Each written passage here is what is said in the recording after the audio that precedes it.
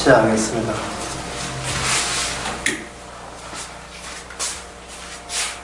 그런데 이제 안식일을 지키라, 부모를 공경하라, 이렇게 했을 때, 4절에 한번 봅시다. 너희는 헛것을 위하지 말며 돼 있죠. 헛것을 위하지 말며라는 말씀 자체가 뭐냐. 벌써 인간들은 헛것에 이렇게 경도란 말이에요. 경도를 하는 기울어졌다는 말이거든요. 이미 헛것에 푹 젖어 있어요. 자, 그 헛것이 뭐냐 하면 이미 이 세상 자체가 헛것입니다. 이 세상 자체가. 이 세상을 볼 때 헛것으로 볼 수밖에 없는 이유가 사람들이 기억하고 생각하는 것은 뭐냐 하면 눈에 보이는 이 세상만 인간 속에 가득 차 있게 돼 있어요. 이 세상만. 그래서 흔히 하는 말이 다음 세상에 내가 죽고 난 뒤에 다시 이 세상에 태어나게 되면 나 어떤 직업을 갖고 난 누구하고 결혼할 건가 그런 이야기를 이제 이렇게 심심할 때 이야기 하잖아요.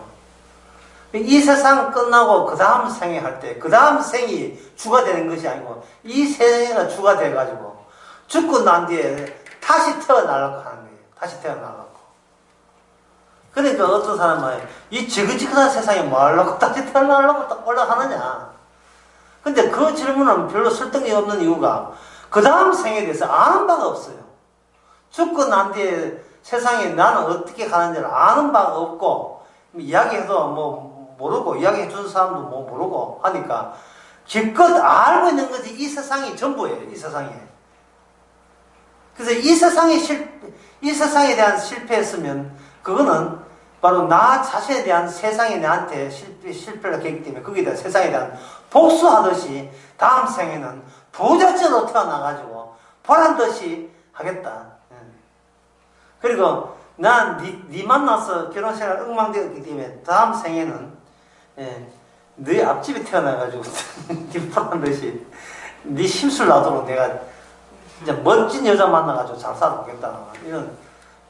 이런 이상한 소리 하고 있죠. 인간은 다음 생이라는 게 인간에게는 없습니다. 왜냐하면 인간은 죽기 때문에 다음 생애가 없어요. 아까 제가 이야기했잖아요. 살아있어도 죽은 거잖아요. 살아있어도 죽었기 때문에 그 다음 생애는 그걸 끝이에요. 그 다음 생애는 없습니다. 그래서 인간의 부활이라는 거 없고, 부활이 있다면 예수님의 부활이에요. 우리가 예수 그리스도의 것으로 다시 예수 그리스도의 형상으로 다시 태어나게 되면 부활이 있고, 나의 형상으로 태어나는 부활은 없습니다. 아브라함의 하나님은 없어요. 아브라함의 하나님이죠. 그래 되려면 아브라함에서 아브라함으로 일단 바뀌어야 돼요. 아브라함에서 아브라함으로. 일단 바뀐다는 말은 죽어서 바뀐 게 아니잖아요. 아브라함이 살아있을 때 아브라함이 아브라함으로 바뀌었잖아요. 아브라함에서 아브라함으로 바뀔 때 뭐가 계제했느냐 하면 바로 하나님의 언약이 계제한 겁니다. 그래서 아브라함이 하나님이에요.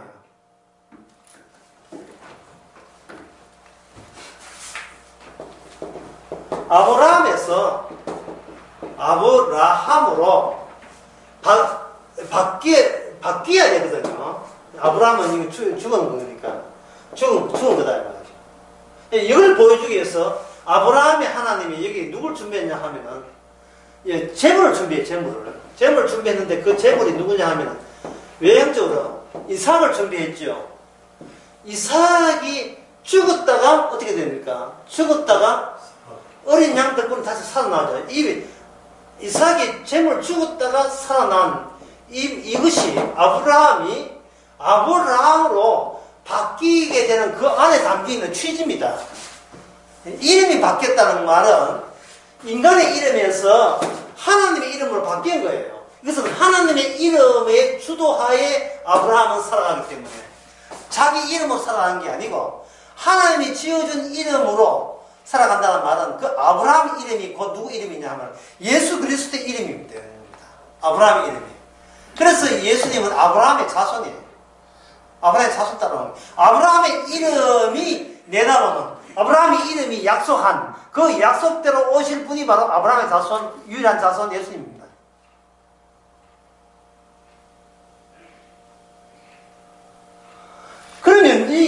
아브라함 바뀔 때는 누가 계시했자면 하나님이 아까 이렇게 계약이 돼가지고 언약이 들어간다 했죠.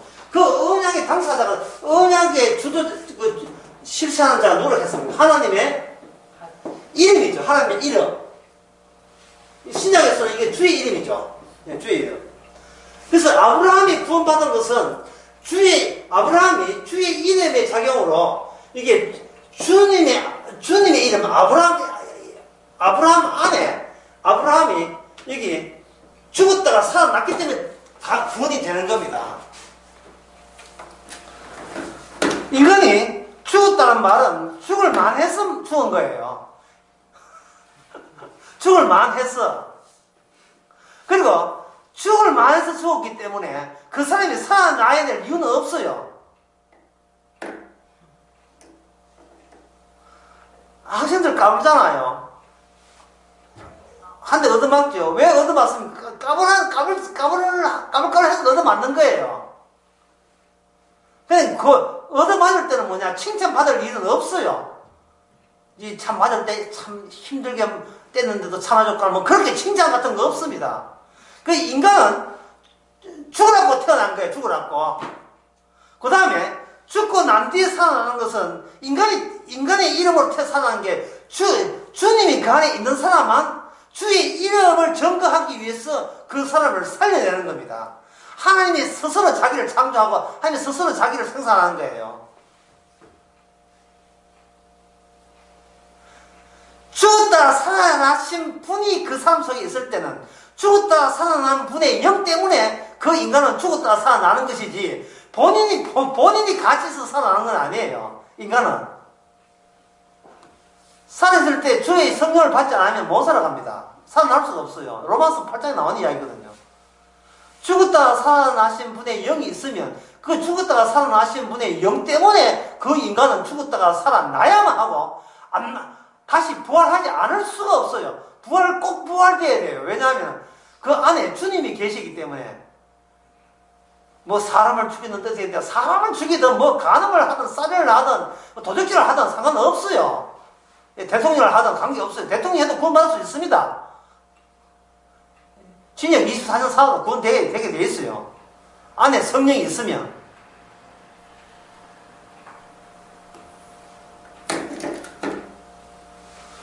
그런데 교회 보세요.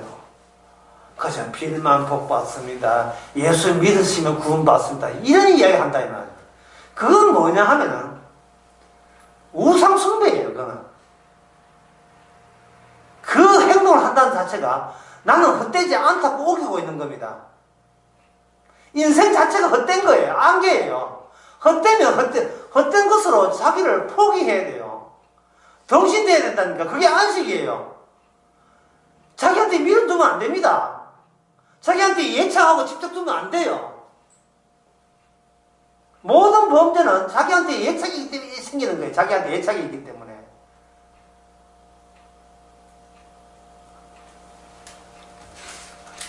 신명기 1장을 한번 봅시다.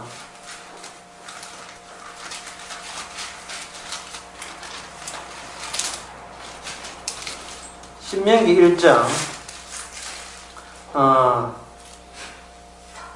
신명기 1장 45절요. 1장 4절을 읽겠습니다.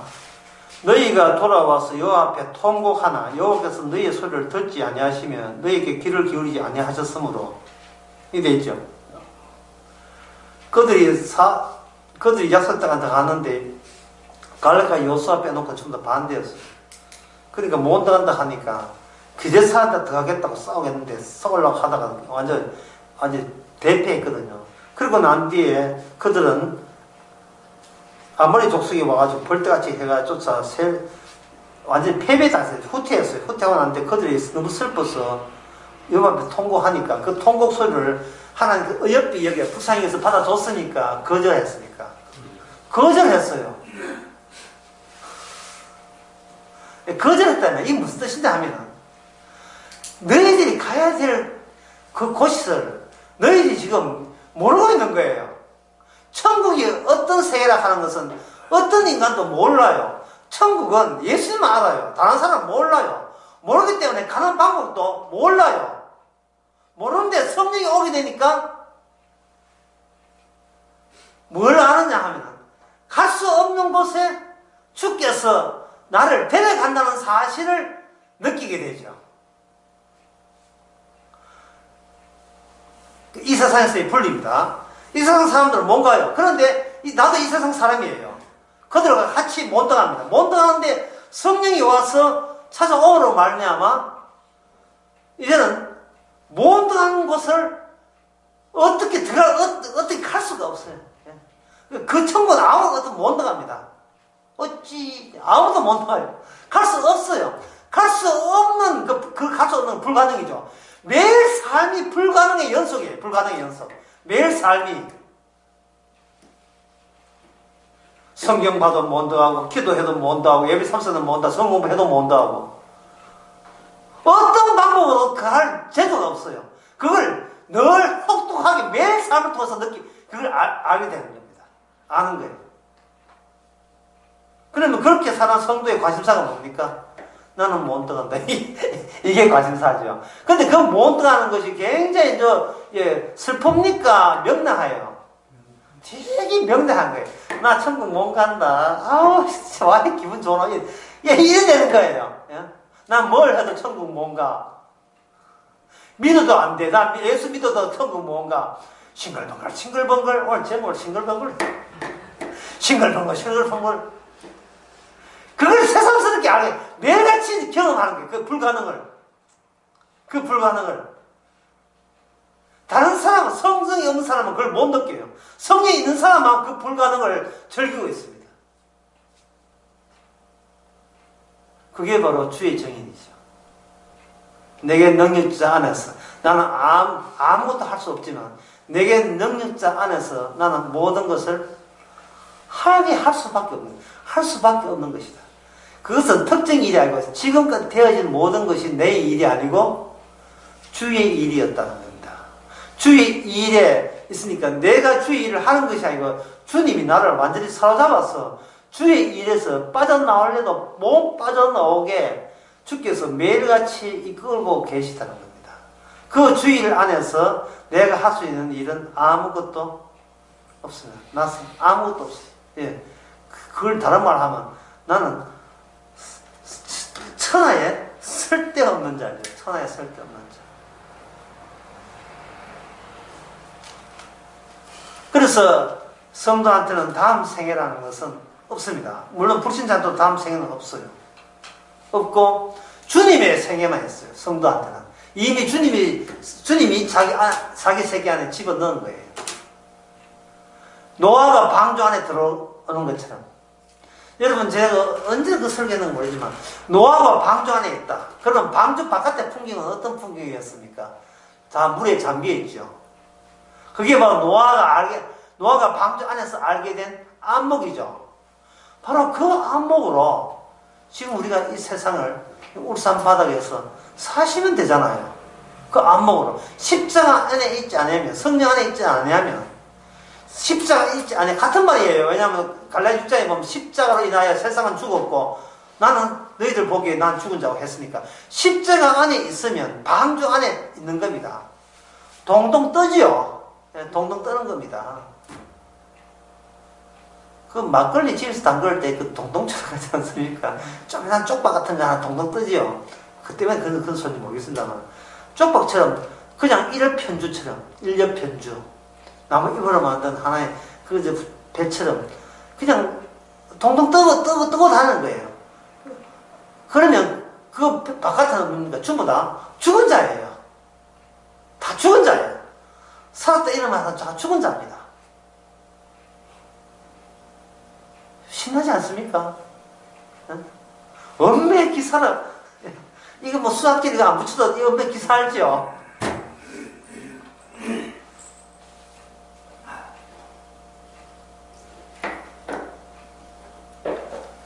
예수 그리스도의 가신 길 그 길이었고 성령 받은 사도 가는 길 그 모습이었고 서대한 집사가 돌에 맞은 모습이 바로 그 안목을 유지하고 있었던 겁니다.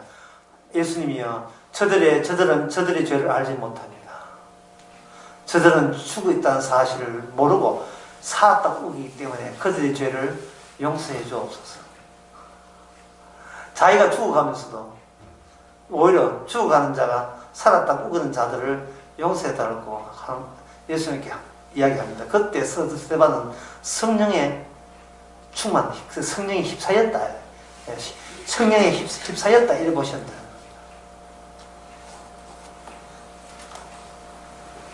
자, 이렇게 되니까 이 세상이 꼭 고요할 이유는 거의 없지요. 세상이 풍랑이 치고 파도가 치고 피면 칠수록 이게 뜬다. 이 뜨는 이 기능은 더 부각이 되겠죠. 물 없는데, 물도 하나도 없는데 방도 앉아있으면 얼마나 찐맛 없으니까. 온 세상이 물로 덮일 때 이 방주의 가치는 월등하죠, 이거는.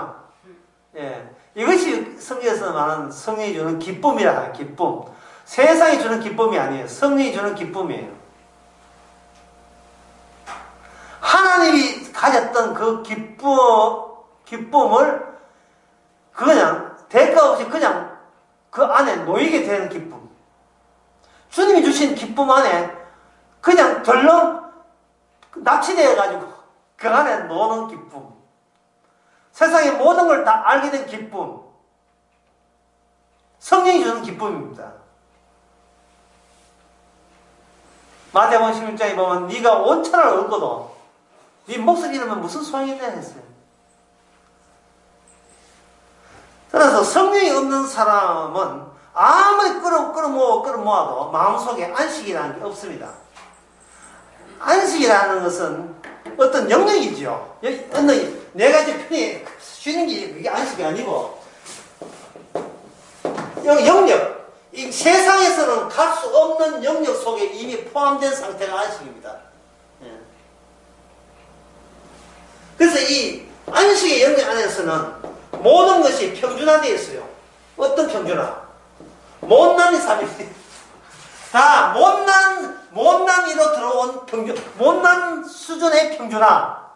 잘나면 평준화가 아니고, 개인적으로 모두 다 못난 그들의 평준화예요. 재벌돼도 못났고, 거지돼도 못났고. 안식의 세계에서는, 그래서 잘난 척 할 필요가 없는 세계, 안식의 세계입니다. 잘난 척 할 필요가 없어요. 아마 거기에서는 아마, 잘난 척 하면 자기 못난 걸 자랑해야 돼. 자기 못난 걸. 그래서 사도 바울도 자랑했잖아요. 나는 아무것도 가진 게 없고, 나는 죽은 자고, 했잖아요. 아무것도 가진 게 없지만 모든 것을 가진 자고, 죽은 자 같으나, 산 자요. 예. 가난한 자 같으나, 부자요. 예. 또 세금술 들었으면 또 세금도, 이걸 또 부수입이 얼마인지 계산해. 그 부수입도 없어요. 그냥, 나는 가난한 자 같으나 부유한 자요. 예수님의 생명이 들어오면서 죽은 나를 통해서 늘 이렇게 뿜어져 나온 게 예수의 생명이 죽은 내 육체를 통해서 계속해서 예수님의 생명이 지금 발산되고 있다고 이야기했어요.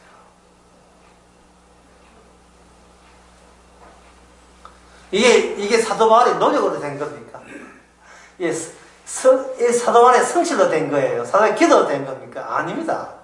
성령이 임해서 그런 거예요. 그래서 신약 때 이제 다시 오늘 레위기 19장에 보면 그래서 여기 4절에 보면 너희는 헛된 것을 위하지 말며 할 때 하나님께서 어떻게 일을 하시느냐 이스라엘 백성에게 하나님의 것이 아닌 것을 마주치게 만들어요. 이걸 한번 정리하면 이렇습니다.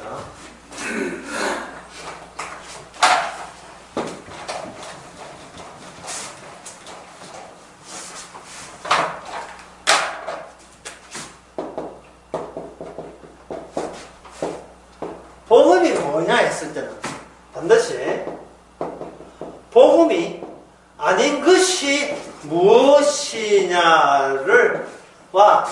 대비해서 드러나게 되어 있어요. 복음이 아닌 것이 무엇이냐, 무엇이 복음이 아닌가. 복음은 무엇으로 인하여 반대를 당하고 있는지를 느낄 때 비로소 그 현장에만 복음이 느껴져요. 복음의 반대 세력을 만났을 때. 그러면 아까 첫 번째 강의하고 연관시켜 봅시다. 복음이 아닌 게 뭐였던가요? 복음이 아닌 것은 바로 나로부터 출발한 것이 바로 복음이 아닌 거죠. 나의 행함, 나의 기대, 나의 소망, 나 죽어서 천국 갈란다, 나 구원에 대한 나의 열의, 열망, 열심, 전부 다 그 출발 스타트 지점이 나거든요. 그게 바로 복음이 아닌 거예요. 그 나로부터 출발한 그 나는 사실은 집약된 나예요. 악마가 나를 그렇게 이렇게 앞장세운 거예요. 연필 깎다 보면 연필같이 뾰족하잖아요.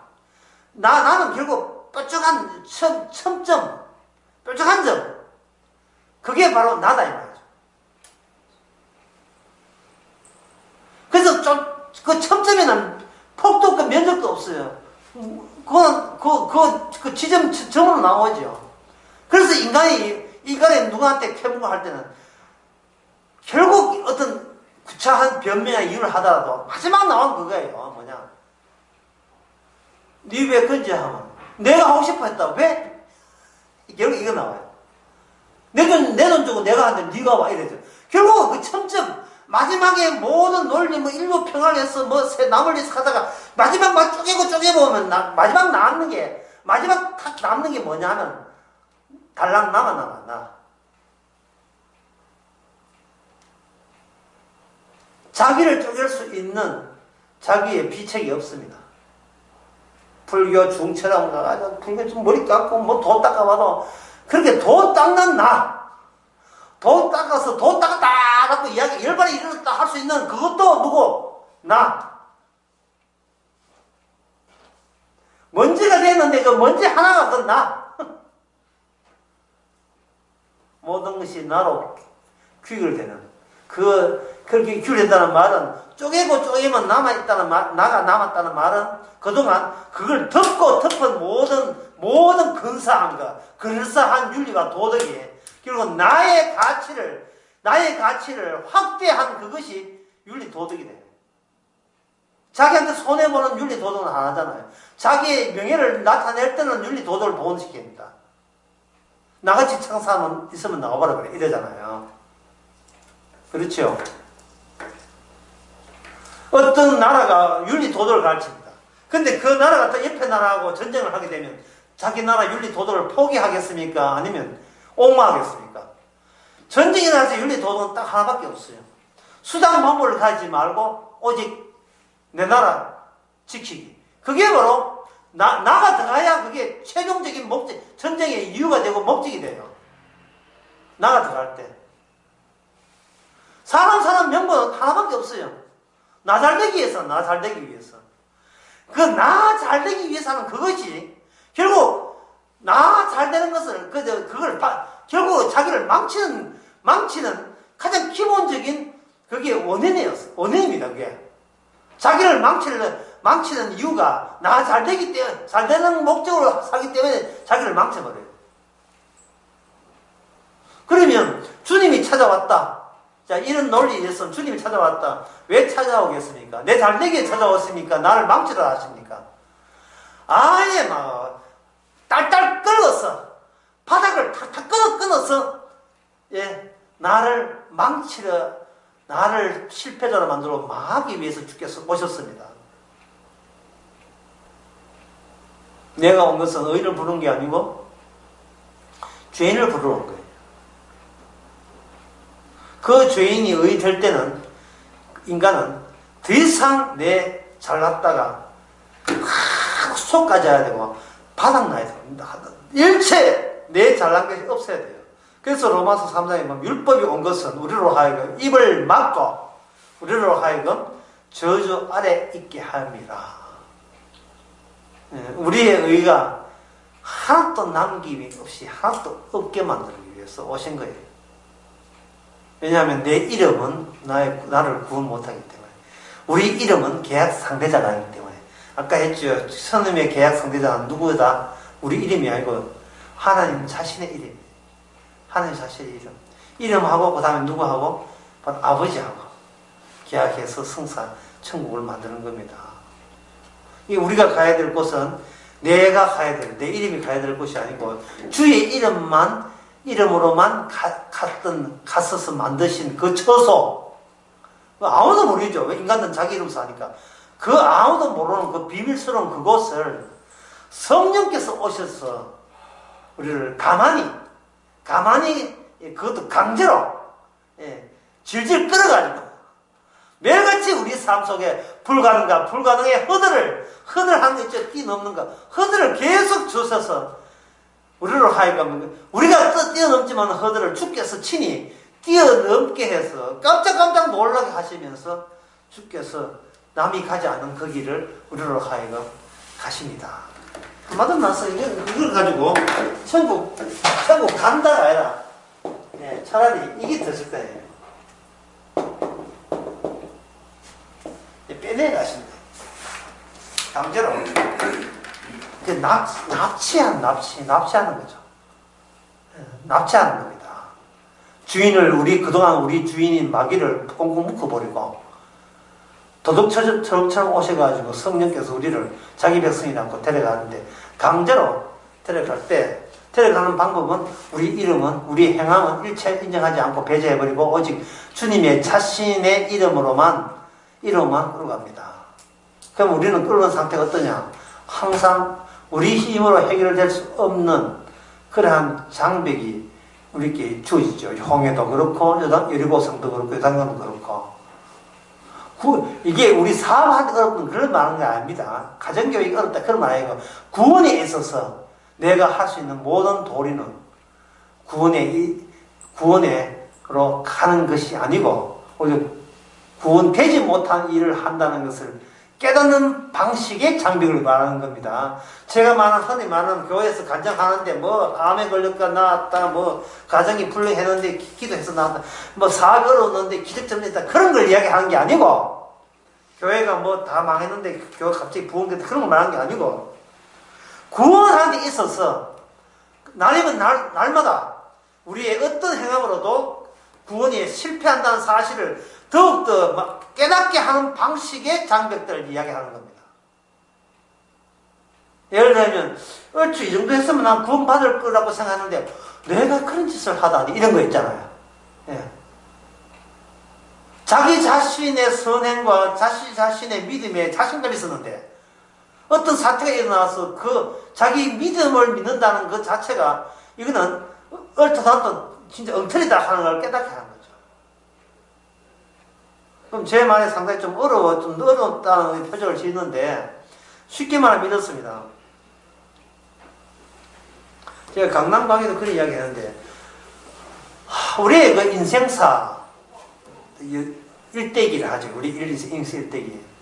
일대기가 있지만, 만약에 여러분들이, 만약에 잠을 자는데 악몽이다.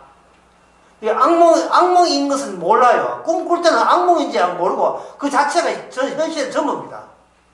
이게 악몽이었다는 걸 언제 알았냐면, 이게 꿈에서 깨어나고 난 뒤에 해가 훤히 밝아서 잠자리에서 깨어날 때 식은땀 훔치면 그게 악몽인 줄 알잖아요. 그러니까 성령을 받게 되면 우리가 인생을 아무리 길게 살아도 그게 악몽이라는 사실을 일찍부터 우리가 알게 되는 겁니다. 성령을 받게 되면.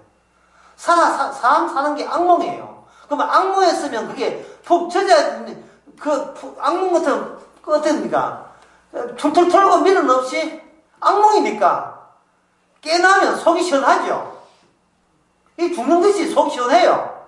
이 세상 자체가 사는 게 악몽이기 때문에. 꿈 같은 거예요, 전부 다. 이 세상은 꿈 같은 거예요. 꿈도 그냥 꿈이 아니고 악몽이에요. 내 위신, 내 가치, 내 의미하기 위해서 얼마나 우리는 자기 자신을 속이고 남을 속이고, 그리고 힘들게 불안하면서 살아갑니까? 사람이 나쁜 짓을 했다고 칩시다. 그 다음 나쁜 짓을 했으면 보는 사람 없으면 그냥 넘어가는 게 아니에요.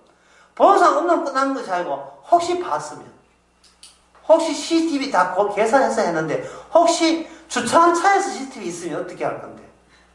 혹시 내가 이 가다 무심코 꿈속에서 뭔 소리 해가지고 꿈에서 누가 그 이야기를 들어가지고 네 지난 여름에 무슨 이렇게 물으면 그래서 계속 쫓기는 거예요.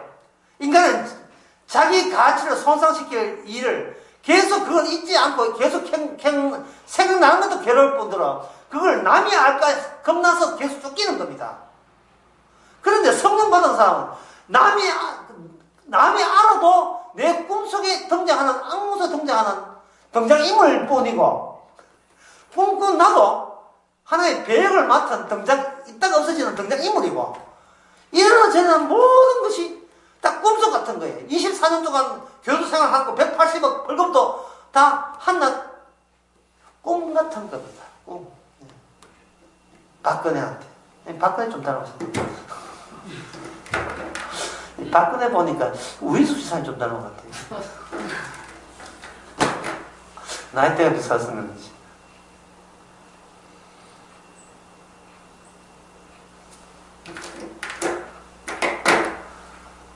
이 세상에 대해서 그래서 성경 시편에 그런 말 있죠. 다 네가 세상 끝나는데 잠자고 난 뒤에 같으라 이래 됐어요. 예. 꿈 같은 이야기예요.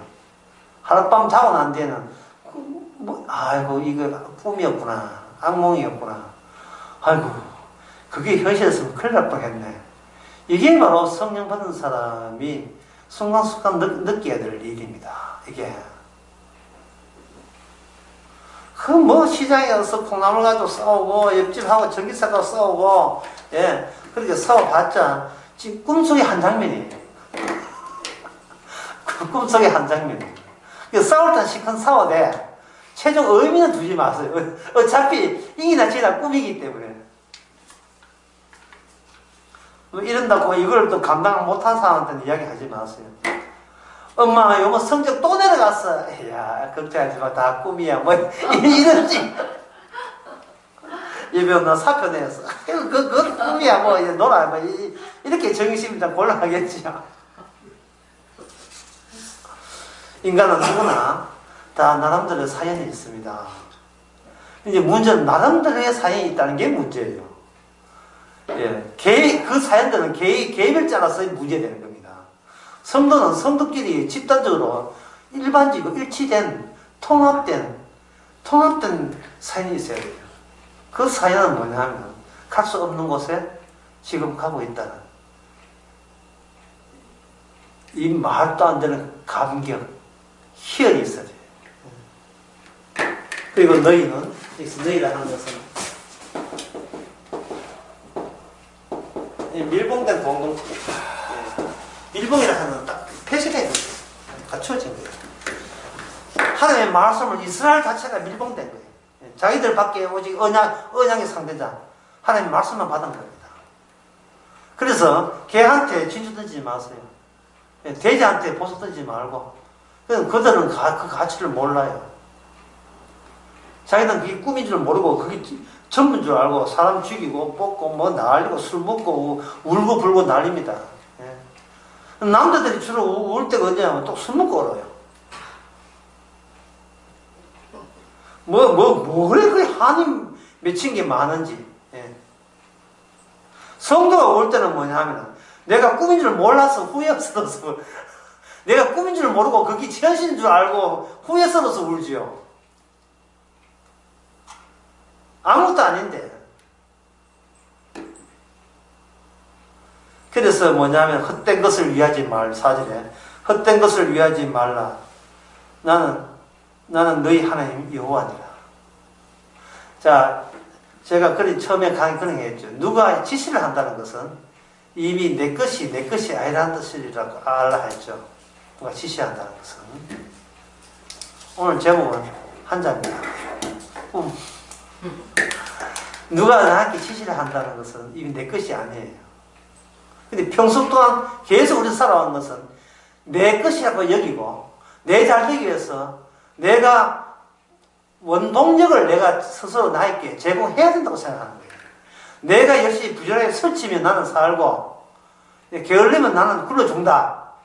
예, 이게 체질화되어 있죠. 체질화되어 있습니다. 그런데 주님의 지시가 딱 오게 되면,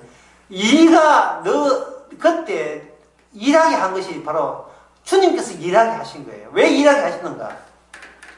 네가 착각 고마하다. 네가 사는 그 모든 것이 나중에 성령을 오게 되면, 주님의 말씀이 오게 되면, 충만하게 되면, 돌아보면 그건 전부 다 착각의 연속이었다는 것을 계속 깨닫는 그 순간, 이거는 세상이 주는 기쁨이 아니고, 모든 것을 다 알게 됐다는 그 환희가 일로 오도록 그렇게 하는 겁니다. 그러니까 우리가 하는 모든 것이 우리로 하여금 실패했음을 통해서 기쁨이 샘솟게 만들기 위해서 주께서는 매일같이 실패하는 우리 삶을 주께서는 용인하시고 용납해 주시는 겁니다. 이스라엘 백성들도 그래서 이스라엘 백성들이 이 말씀을 받았고, 그들은 이 말씀대로 그들은 헛것을 섬기고 안식을 섬기지 않았고 부모를 경외하지 않았고 그들은 자기 본성을 육아없이 다 드러냈습니다. 그러다가 그들이 언제 이걸 아느냐? 실패했을 때 그들은 울면서 반성하죠. 주여, 우리가 여호와를 버렸나이다. 가봐야 또 얼마 가지도 않지만 그때 울면서 하나님이 우리와 함께 있으면 왜 진작에 우리는 그것을 개무시했는가? 왜 나는 내 혼자 있다고 생각했는가? 인생에 지금껏 살아온 모든 인생의 구비가 주께서 그렇게 이끌어왔음에도 불구하고 내가 결정하고 내가 선택해서 내 인생이 이만큼 됐다고 왜 그런 헛된 망발을 했던가라고 후회하는 순간 그 사람은 말할 수 없는 기쁨이 주어집니다. 자, 5절을 봅시다. 너희는 화목제 희생을 여호와께 드릴 때 연락대로, 아까 했는 거 다시 한번 하게 되면, 하나님의 이름이 이 땅에 나타날 때는 어떤 형식을 만듭니까? 제단이 있고 제단 위에 희생 제물의 모습으로 하나님이 우리와 함께 있습니다. 희생 제물에 하나님 이름이 임재하기 때문에 그래요. 세리요한이 이야기했습니다. 보라, 저분은 세상 죄를 지고 간 하나님의 어린 양이다. 자, 희생 제물, 세상 어린 양, 공통점이 있어요. 그 공통점은 뭐냐 하면 바로 죽음입니다.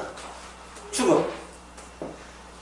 이 말은 이 악마의 세계에서, 헛된 세계, 이 꿈같은 악마의 세계에서 유일하게 생명이 있다면 그거는 죽음의 모습으로만 나타납니다. 죽음의 모습. 그러니까 예수님이 죽음을 사랑해야 된다는 것이에요. 예수님이 죽음을, 그 죽음을 사랑함으로 말미암아 어떻게 되나? 우리도 우리 자신의 죽음을 사랑하게 되죠. 그걸 가지고 마태복음 16장에서는 이렇게 했어요. 누구든지 나를 따라오려거든 자기의 십자가를 지고 자기를 부인하고 자기 십자가를 지라. 이 말은 뭐냐? 너의 죽음을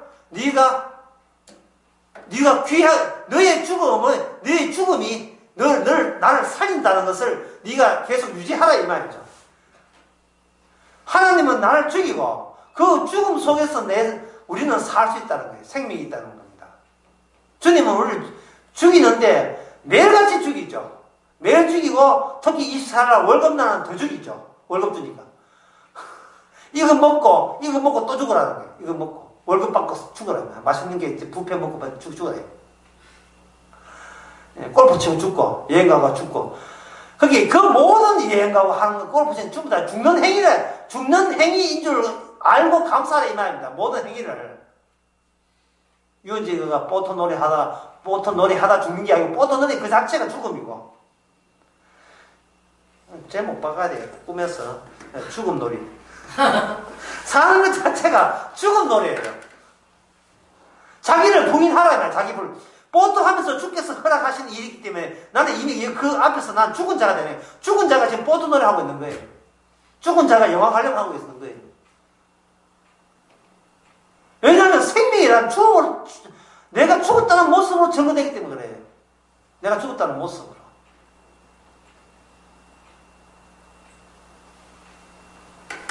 제자들이 그걸 못했어요. 제자들이 성령 받기 전에 그걸 못했습니다. 어떻게든 예수님 붙들고 살아보려고 했었습니다. 그래서 그들은 예수님에 대해서 어떤 걸 좋으냐, 살려주는 것에 대해서 굉장히 그들은 고맙게 생각했죠. 오병이요, 물에 빠져가는 것 살려냈죠. 귀신 쫓아냈죠. 예, 성경세 대신 냈죠. 베드로의 장모 또 살려놨지요. 물이 포도주 됐지요.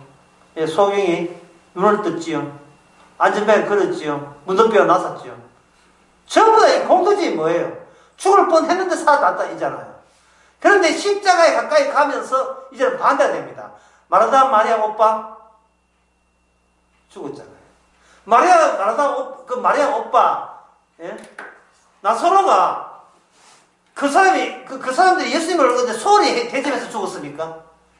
아프다는 그 보자마자 예수님 오게 했는데 예수님 죽고 간 뒤에 갔어요. 죽고 간 뒤에 가셨다고. 믿음이란 뭐냐? 나는 진작에 죽어야 돼. 이걸 인정하는 게 믿음이에요. 죽고 난 뒤에 갔어요. 마르다 마리아가 막 멱살같이 진지한 거 있으면 얼마나 데려들었다고. 예수님 이야기합니다. 오빠는 살았다. 오빠는 살아있다. 마리아는 오빠는 죽었습니다. 살아있다. 죽어 있습니다. 살아있다. 나를 믿는 자는 죽어도 살아있다. 살아있다는 겁니다. 나흘 만에 나사로가 다시 살아났죠. 그 전에 이미 나사로는 살아있었던 겁니다. 결국 예수님이 살려준 것으로 생각했던 12 제자들은 예수님이 죽는다는 이야기 듣고 예수님 곁을 다 떠나고 말았죠. 우리가 죽으려고 예수님 따라다니는 건 아니라는 겁니다. 그러나 예수님은 죽기 위해서 따라다니게 된 거예요. 죽기 위해서. 살기 위해서 나를 찾지 말고 나와 더불어 죽어야 산다는 겁니다. 그래서 요한복음 12장에 보면 하나님의 미래에 썩지 아니하면 열매를 없듯이 눈이 자기 목숨을 미워하는 자라야 그 목숨을 살리라. 네 목숨을 미워하라 말이죠. 죽음 마땅한 목숨입니다라고 죽기 전에 이미 그걸 받아들여야 이 말이죠. 이 목숨을 내 힘으로 살려내려고 그런 짓 하지 말라는 거예요. 사도 바울의 소원은 죽는 거였어요. 그래서 주와 함께 그하는 그거였습니다. 사도 바울은 아주 명랑합니다. 예, 명랑한 게 아니고 명랑해요. 세상 보기에는 명랑하게 보이지만 본인은 아주 명랑합니다. 쾌활합니다. 내게 넘겨 내가 모든 걸 할 수 있기 때문에. 모든 것이 뭐냐? 모든의 끝은 죽음이죠. 그거 자기가 원했던 바잖아요. 죽는 게 원했던 바이기 때문에 못할 일도 없고 40회 한 가만 매를 매달 몇 번 받았습니까? 3번입니까? 몇 번 받은 것도 모르겠다. 녹차하신 분의 수고를 들어줍시다. 12장 고린도후서 11장입니다.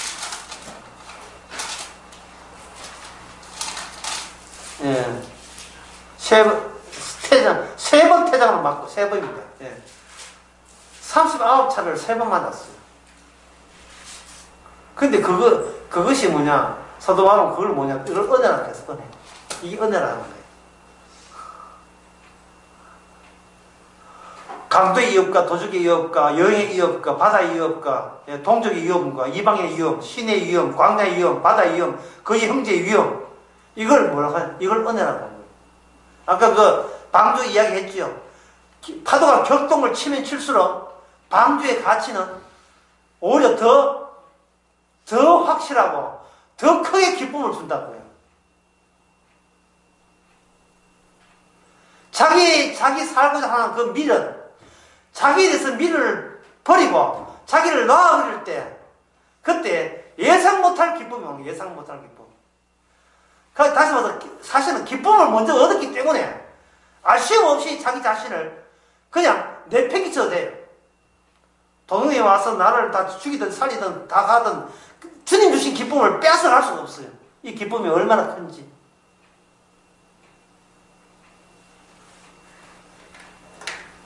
이 기쁨은 바로 말씀을 통해서 옵니다. 말씀을 통해서. 세상이 주는 기쁨이 아니라 했어요. 세상이 주는 기쁨이 아니라 했습니다. 그런데 사람들은 세상의 기쁨에 그것을 쫓아간다는 말은 내가 내 식으로, 내 원하는 내 인생을 살겠다 하는 식으로 뭐 소소한 기쁨이라도 챙겨야지. 이 소소한 기쁨을 챙기겠다는 생각 자체는 큰 기쁨을 받은 적이 없다는 뜻이에요. 큰 기쁨이 없기 때문에 소소한 기쁨, 돈 버는 재미, 아르바이트 해가지고, 그것도 편안하게 아르바이트 해가지고, 진짜 이런 기쁨이. 큰 기쁨이 오게 되면 그 기쁨은 기쁨도 아니에요. 해 앞에서 촛불이 의미가 없듯이. 그래서 큰 기쁨은 아닙니다. 화목제를 드린다 하는데 여기 화목제라 하는 것은 화목제라 하는 것은 모든 것이 결과가 끝났음을 이야기합니다. 그 마무리 이 일의 마무리가 우리 힘으로 마무리된 게 아니고 이 제사 드리는 주의 이름, 제사 제물에 있는 하나님의 동행하시는 하나님의 이름 안에서 이미 우리는 화목 속에 우리가 놓여 있습니다를 고백하는 것이 화목제예요. 그래서 로마서 3장에 보면 십자가에서 무슨 죄를 화목제로 했어요. 3장에 여러분 잘 아시지만 그 대목을 제가 한번 보겠습니다. 3장에 보면 그의 피로 3장 25절 이 예수를 하나님이 그의 피로 인하여 믿음으로 말미암는 무슨 제물요? 화목제물로 세우셨으니 이 예수님께서 그 피로 화목제물 되셨다 이 말이죠. 따라서 이 화목제물 되셨는데 인간이 뭐 보태준 거 있습니까? 이건 예수님 스스로 결정했고 스스로 갔지요. 그것을 바로 믿음이라 하는 겁니다. 이제 믿음 아시겠죠? 믿음이라 하는 것은 내가 하지 않은 일을 예수님이 하신 일로 인하여 우리가 여기 있음을 받아들이는 게 믿음이에요. 그러니까 믿음의 내용은 내 일이 아니고 예수님의 일이에요. 예수님이 하신 일이에요. 예수님이 끝장낸 일이에요. 예수님이 다 완료시킨 일이 믿음의 내용입니다. 그래서 예수님만 화목제물이 아니고 누가 화목제물이냐? 우리도 예수님이 하는 일 때문에 우리가 화목제물에 합류가 된 겁니다. 화목제물에 합류가 된 거예요. 그래서 주님께서는 지극히 작은 소자한테 한 것이 곧 나한테 한 것이라 얘기했죠. 예. 자, 지극히 작은 소자가 뭐냐? 예수님 외에는 아무것도 믿지 않는 자가 지극히 작은 소자예요. 예수님 외에는 아무것도 믿지 않는 자. 그 재산이 한 240 정도 되시죠. 예. 뭐, 그 정도. 예. 땅 한 10만 평. 예. 건물 한 서너 개. 거기 있다 할지라도 그 부동산을 믿는다, 안 믿는다? 안 믿어요. 그런 사람이 있다는 말이 아니고, 하여튼. 있다 할지라도 안 믿어요. 오직 그리스도만 하신 일만 믿는 것. 그게 지극히 작은 자예요. 그 사람한테 한 것은 곧 내한테 한 것이다. 예수님 자신한테 한 것입니다. 오늘 본문에서 주님 19장에서 주께서 계속 이런 지시를 한다는 것은 뭐냐 하면은 내가 너희만 거룩하니까 너희들이 살면서 좀 당당하라는 이야기예요. 주눅들 필요가 전혀 없습니다. 그 세상은 우리를 무시하겠죠. 무시하는 것도 그냥 방주 바깥에 일어나는 파고예요. 경랑. 예. 그들은 살려고 하기 때문에 죽어가고 있는 겁니다. 저주받고 있는 거예요. 우리는 이미 살았기 때문에 죽어도 괜찮아요.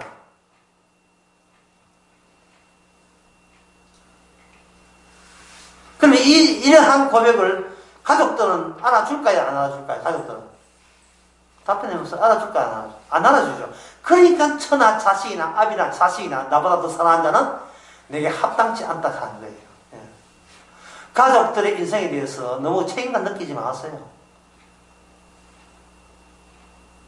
엉뚱한 기쁨을 찾고 있는데 언제까지 도와줍니까? 못 도와줘요. 예. 언제까지 도와줍니까? 성공하겠다. 성공 언제 도와줘? 안 돼. 그게 제 기쁨인데 주님의 기쁨이 돼야죠. 예. 뭐 노골적은 내는데 자식한테 자식이 구원받는 건 주님 소가이지 부모 소가는 아닙니다. 이 부모가 돼가지고 왜 자식을 그렇게 팽개치느냐? 내가 성실 안 합니까? 주님이 성실 안 되면. 주님이 성실하잖아요. 나까지 성실하면 안 되죠. 그게 믿음이잖아요. 그만큼 자식 키운 것도 누구 손입니까? 주께서 하신 일입니다. 제가 왜 이런 이야기 하느냐. 자식, 이등기나 부모, 가족들 수시로 그 추위를 바라보게 되면 이 기쁨이 없어지고 초조함과 불안밖에 안 돼요. 걱정, 근심만 와요. 그러면 누가 걱정, 근심하냐? 주님이 걱정, 근심하냐? 성령이 근심하십니다. 이제는 주님 하신 일에 우리가 보편적으로 누리고 있는 입장에서는 되어가는 모든 것이 주의 뜻대로 되어가기 때문에 지레 겁을 먹거나 집에 염려하거나 대단한 기대나 목적을 이렇게 너무 강하게 집착해서 이거 안 해주면 나 안 되겠습니다 하는 그런 식으로 스스로 한을 유발시키는 짓은 하지 마세요. 캐스하세요. 될 대로 들어가기 말이 있잖아요. 정말 될 대로 됩니다. 그래서 모든 것이 이해가 됩니다. 기도하겠습니다. 하나님 아버지, 우리 몸이 내 것이 아니고 주의 것인데 세상 걱정은 혼자 다 하고 있습니다. 주여, 이런 못난 우리에게 주께서 화목제물 되신 주님을 다시 한번 새롭게 부각시켜 주시옵소서. 예수님의 이름으로 기도합니다. 아멘.